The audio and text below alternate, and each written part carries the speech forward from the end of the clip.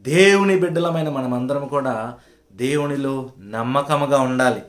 ఎందుకంటే మనం ఆశీర్వదించబడాలంటే, మనం దీవించబడాలంటే, మనం నమ్మకత్వాన్ని బట్టే మన జీవితంలో ఆశీర్వాదం అనేది ఆధారపడి ఉంటుంది. నువ్వు ఎంత నమ్మకముగా ఉంటే అంత ఆశీర్వదించబడతావు దేవునిలో. దేవునిలో నమ్మకంగా ఉండటం అంటే ఏంటండి అని అడుగుతారు కొంతమంది. దేవునిలో నమ్మకంగా ఉండటం అంటే మనము దేవునికి సమర్పించుకోవాలి. అంటే మన యొక్క ఆలోచనలు దేవునికి అనుకూలంగా ఉండాలి. దేవుని యొక్క సార్వభౌమాధికారానికి మనము లోబడాలి.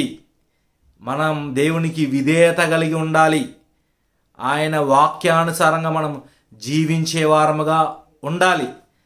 అలా ఉన్నప్పుడు మనం దేవునిలో నమ్మకముగా ఉన్నట్లు. అలా కాకుండా మన ఇష్టానుసారంగా మనం బ్రతుకుతా, మనకు నచ్చింది మనం చేసుకుంటా, నేను దేవుడిలో నమ్మకంగానే ఉంటున్నాను అనుకుంటే ఏమాత్రం కూడా ఉపయోగం ఉండదు. నీకు నచ్చిన దాన్ని నువ్వు చేయకూడదు. నీకు నచ్చిన దాని వైపు నువ్వు వెళ్ళకూడదు. దేవునికి ఏది ఇష్టమో అది నువ్వు చేయాలి. దేవుని ఆలోచనలు కలిగి ఉండాలి. నువ్వు దేవుని బిడ్డగా మారిన తర్వాత దేవుని ఆలోచనలు నీలో ఉండాలి. ఈ లోక సంబంధమైన ఆలోచనలు నీలో ఉండకూడదు.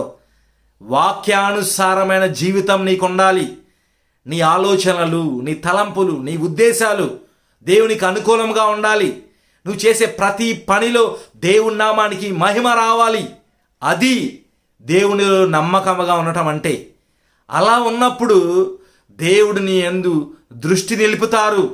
నీ నమ్మకత్వానికి తగినట్లుగా దేవుడు నిన్ను దీవిస్తారు. దేవుడు చెప్తారు కదా, నీ నీతికి తగినట్లుగా నీ నివాస స్థలాన్ని వర్ధిల్లజేయును. దేవుని స్తోత్రం, హల్లెలూయా. నీతికి తగినట్లుగా అంటే నువ్వు ఒకసారి దేవునిలో నమ్మకముగా నిలబడిన వ్యక్తివైతే నువ్వు నీతిగా జీవిస్తావు, నువ్వు యథార్థంగా జీవిస్తావు, దేవునికి లోబడి జీవిస్తావు, దేవుని యందు భయభక్తులు కలిగి జీవిస్తావు. కాబట్టి నీ జీవితంలో దేవుని సహాయం దొరుకుతుంది. దేవుని ఆశీర్వాదాలు నీకు మెండుగా ఉంటాయి. ఎందుకంటే నీ యొక్క నమ్మకత్వాన్ని బట్టి, నువ్వు దేవునిలో నిలిచి ఉండిన విధానాన్ని బట్టి దేవుడు ఆకాశం నుంచి నిన్ను నన్ను చూసి ఆయన ఆశీర్వదిస్తారు. ఆయన దీవించే దేవుడు, ఆయన ఆశీర్వదించే దేవుడు. ఆయన ఒకసారి ఆశీర్వదిస్తే ఆ ఆశీర్వాదాన్ని ఆపగలిగిన మనిషి ఎవరు కూడా ఉండరు. దేవుడి వాక్యం చెప్తుంది కదా, ఏమనంటే యెహోవా కార్యము చేయగా దానిని త్రిప్పివేయగలిగిన వాడు ఎవరు లేరు.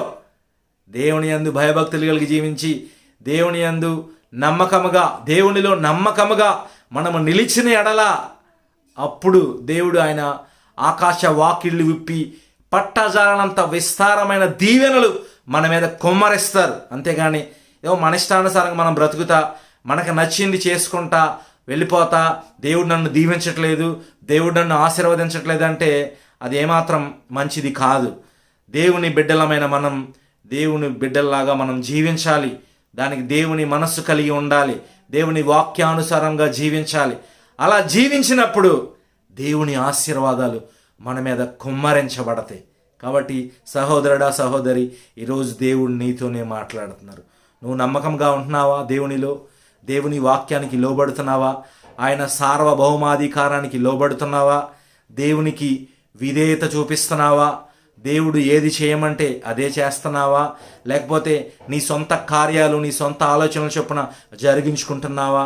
జాగ్రత్త, ఈరోజు దేవుడు నీతోనే మాట్లాడుతున్నారు. దేవుని వాక్యానుసారంగా జీవించు, దేవునికి లోబడి జీవించు. దేవుడు నిన్ను ఉన్నతమైన స్థానంలో నిలబెడతారు. నమ్మకముగా జీవించిన వారిని దేవుడు విడిచిపెట్టలేదు. బైబిల్లో యేసేపును చూసుకున్న, దానియేలుని తీసుకున్న, షడ్రకు మేషకు అబేద్నెగోలను తీసుకున్న, మోషేని తీసుకున్న, వీరందరూ దేవుని సన్నిధిలో నమ్మకముగా జీవించారు. వారిని దేవుడు విడిచిపెట్టలా, వారికి తోడై ఉన్నారు. వారు ఏం చేస్తే దేవుడు గొప్ప కార్యాలు వారి ద్వారా జరిగించారు. వారు ఏం చేస్తే అంటే వారు ఏం చేసిన అద్భుతమైంది అంతే. వారు దేనికి భయపడలేదు. దేవుడు ఏం చెప్పమంటే అది చెప్పారు, దేవుడు ఏం చేయమంటే అది చేశారు. వాళ్ళు లోకానికి భయపడలా. ఈరోజు మనం కూడా ఆ విధంగా మనం నమ్మకముగా దేవుడిలో నిలబడినట్లయితే దేవుడు మనల్ని కూడా ఉన్నతముగా, ఆయన బైబిల్లో ఆయన భక్తుల్ని ఏ విధంగా అయితే ఉన్నతమైన స్థానంలో ఉంచారో ఆ విధంగా ఈరోజు మనల్ని కూడా దేవుడు ఉన్నతమైన స్థానంలో నిలపటానికి ఆయన సమర్థుడై ఉన్నాడు. మరి నువ్వు సమర్థుడిగా ఉన్నావా? దేవునిలో నమ్మకంగా ఉంటున్నావా? దేవునికి స్తోత్రం. ఈ రోజు నుంచి మనం దేవునిలో నమ్మకంగా ఉందాం. ఒకవేళ నువ్వు నిజంగా నమ్మకంగా ఉంటే దేవుడు ఎప్పటికీ నిన్ను ఆశీర్వదించి ఉంటారు. దేవునికి స్తోత్రం. దేవుని నామానికి మహిమ కలుగును గాక. దేవుని ఆశీర్వాదాలు మనందరి మీద కొమ్మరింపబడును గాక. ఆమేన్.